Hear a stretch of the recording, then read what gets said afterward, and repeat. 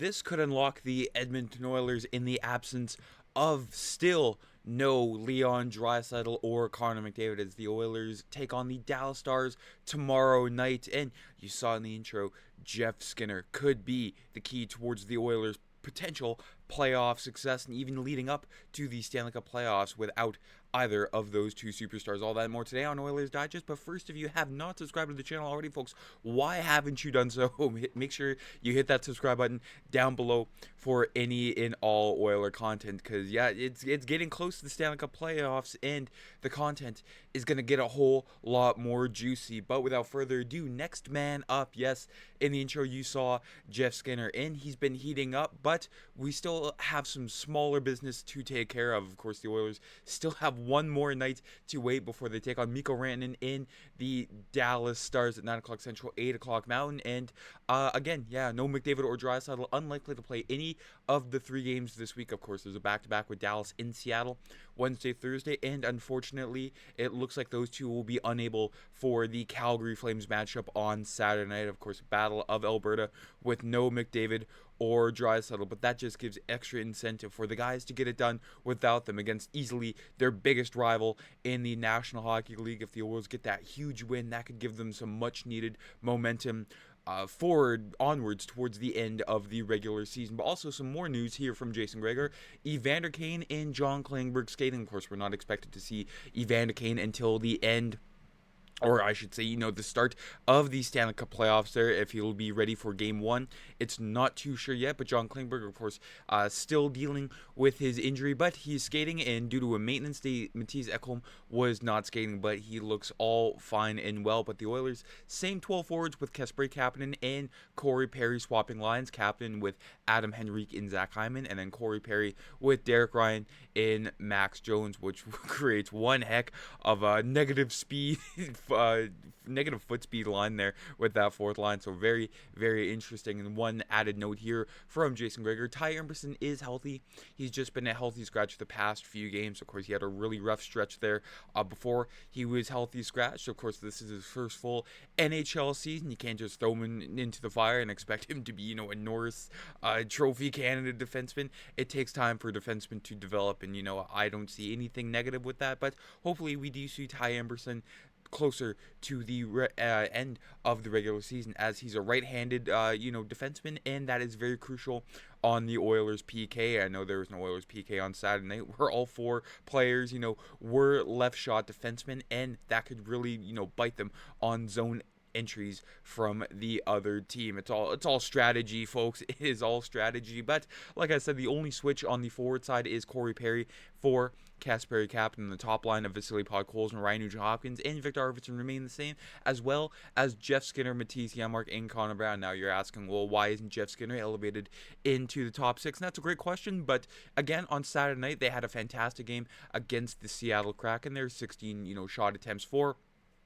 They were on, for 7 shots and on for that 1 goal there. But the man of the hour, Jeff Skinner, along with Ryan Nugent-Hopkins, I've given Nuge his flowers over the past week with no McDavid or Draisaitl. But it's time for Jeff Skinner to finally get the love that he's been deserved all season long there. Of course, he's been in the doghouse of Kris Knoblauch, always healthy scratched, always, in inopportune positions. But Jeff Skinner, he is taking it like a champion. Even Mattias Ekholm is also, recognizing the kind of guy, the kind of player that Jeff Skinner is. He says he's been a super pro. He's worked hard at morning skates or whatever, every chance he's had. He's never complained, and he's back in the lineup contributing now.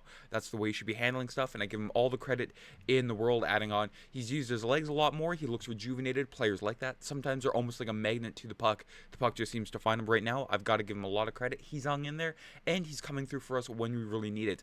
I'm happy for him. Of course, Mattias Ekholm does not hand out, comments like that lightly. He's a very serious player, but it's nice for, the others to really recognize how much of a character guy Jeff Skinner is, not only in the locker room, but also on the ice. And you've even seen, interviews and other such tidbits with Jeff Skinner. He's just a likable guy. It's hard to hate Jeff Skinner, even when he wasn't an Edmonton Oiler, when he was, a Buffalo Sabre, Carolina Hurricane. It was always nice to cheer for the guy. And of course, he's really rounded out his game in Edmonton to sort of, catch the attention of Kris Knoblauch. Of course, coming into Edmonton, Jeff Skinner, had this reputation of all offense, no defense, but you've seen some really smart plays from Jeff Skinner, not only in the offensive zone, but in the defensive zone to really help out his team. But like I said, he was a healthy scratch multiple times so far this season. But again, he is taking it like a champion. He says, I think you should come to the rink and try to be a good teammate. Here, it's a good atmosphere when guys are going through adversity, and everyone goes through it no matter where you are in the lineup. You work through it together. You prop each other up when you can.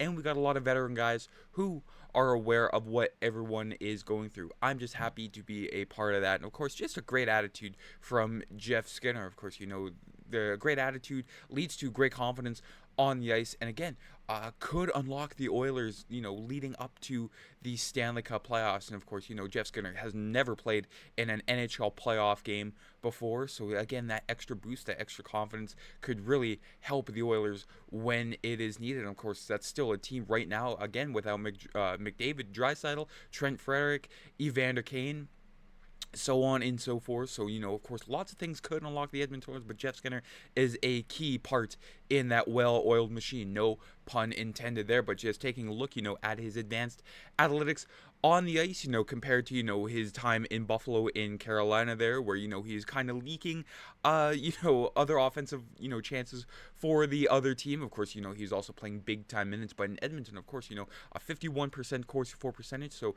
a very, very respectable there. He's, producing a lot more chances than he is giving up, and that is really catching the attention of Kris Knoblauch. Of course, knowing my luck, when McDavid and Draisaitl and everyone else is back on the line, Jeff Skinner's probably healthy scratch, because we don't know what Kris Knoblauch is really, thinking about when it comes to building the perfect lineup. But Jeff Skinner deserves to be in the lineup night in and night out there. And of course, his past 2 games, there are 3 goals in those 2 games, even a +2 against the Utah Hockey Club in that 7-1 win. But you can see there against the Islanders and the Rangers, both 11 minutes and 45 seconds, and you can see there against Utah 12 minutes and 34, and then lastly here, 17 minutes and then 18:38. I do believe against the Seattle Kraken, he was the 3rd highest time on ice for a forward, not just 5-on-5, but also on the power play there. So he's given a lot more rope, and he is doing well with it there. And of course, he's the 6th highest scorer for the Oilers so far this season,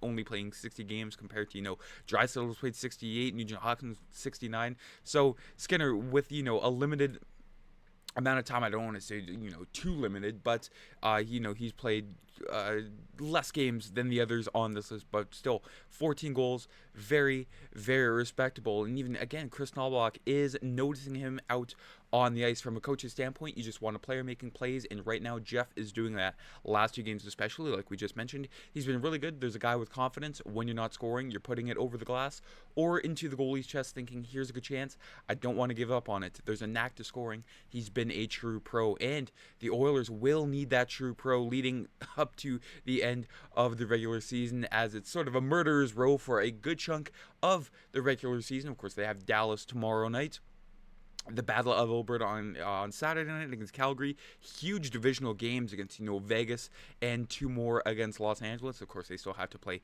San Jose 3 times in that time frame, but also you can see their Sunday, April 13th, Winnipeg. So it's not difficult, but it's also not going to be a cakewalk for the Oilers. And Jeff Skinner could help them out in those crucial games by scoring some big goals leading into the playoffs. But that is it for today's video. Let me know down in the comments what you thought about Jeff Skinner so far this season. Were the healthy scratches, in your opinion, necessary? Were they unnecessary? Has he been treated unfair? I'm very, very interested to see what you all have to say in the comment section. Of course, Jeff Skinner, a very polarizing player on social media and within the NHL community. Of course, some love him, some hate him. Don't really know why you could hate him, but I mean, again, just a very lovable guy, and I'm very, very interested. But again, have yourselves a great rest of your Tuesday, folks, and we will be back to preview tomorrow night's Dallas-Edmonton game. Take care.